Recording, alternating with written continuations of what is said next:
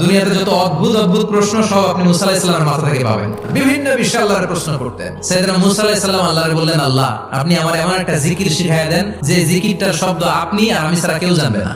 দিনে রাতে সব সময় এই জিকির আমি করব, আপনারে ডাকবো, কিন্তু শর্ত হলো এই জিকিরটা জানবে শুধু আপনি আর জানবে শুধু আমি। আল্লাহ বললেন, মুসা পড়ো লা ইলাহা ইল্লাল্লাহ। মুসা আলাইহিস সালাম কয়, মাবুদ এটা তো জাতীয় জিকির, সবাই জানে। আমি তো চাইছি এক্সেলেন্ট একটা জিকির, কারোর কাছে নাই, শুধু আমি জানবো আর আমি পড়বো। আল্লাহ বললেন, মুসা এই লা ইলাহাকে যদি এক পাল্লায় রেখে দাও, তাম বিশ্ব, সাত আকাশ, সাত জমিনটারে তুলে যদি তুমি আরেক পাল্লায় রেখে দাও, লা রাজাহাত কাফাতু লা ইলাহা ইল্লাল্লাহ, মুহূর্তের মধ্যে লা ইলাহার পাল্লা ভারী হয়ে যাবে। ও মুসা, তুমি যতই এক্সক্লুসিভ জিকির চাও, লা ইলাহার চেয়ে দামি জিকির আমার কাছে নাই।